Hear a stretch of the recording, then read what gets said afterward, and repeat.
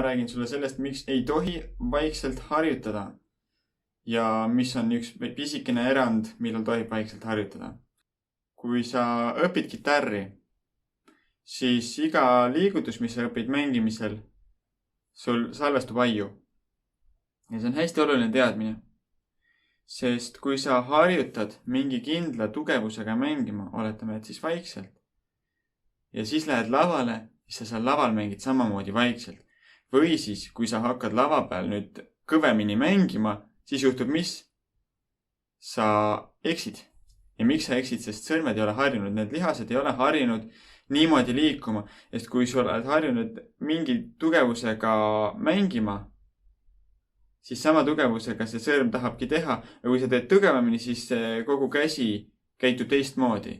Ja sellepärast ei tohikski harjutada vaikselt, sest kui sa kõvasti üritad mängida, siis sul tulevad vead sisse. Ja alati maha võtta on lihtsam valjust kui juurde panna.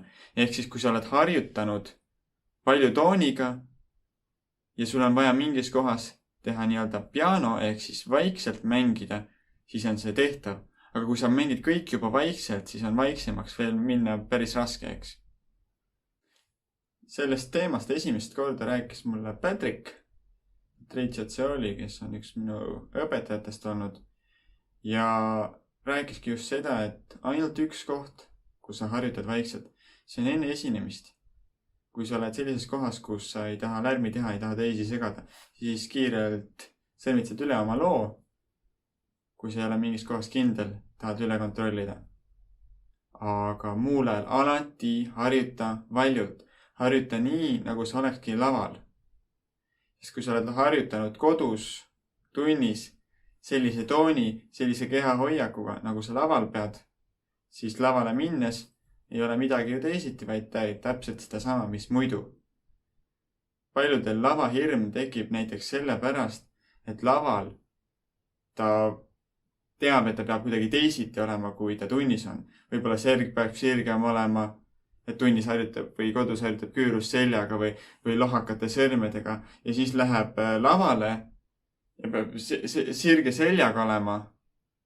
Ja siis on nagu imelik ja kehal on imelik ja aju ütleb, et kuule, niimoodi ma küll harjunud ei ole. Ja siis on see, et hakkad mõtlema selle peale ja siis lugu on juba läinud.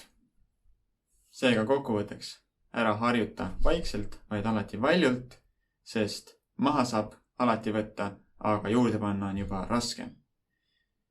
Ja lõppu üks erand veel, kui sul on vaja harjutada vaikselt, sest teised magavad. Siis tegelikult kasuta lihtsalt kitarri summutit. Kitarri summuti video on täiesti olemas Kitarrikodu kanalil ja siis saad ikkagi mängida füüsiliselt sõrmedega sama kõvasti, nagu sa muidu harjutaksid, aga samal ajal teisi ei sega. Head harjutamist ja näeme juba järgmises videos.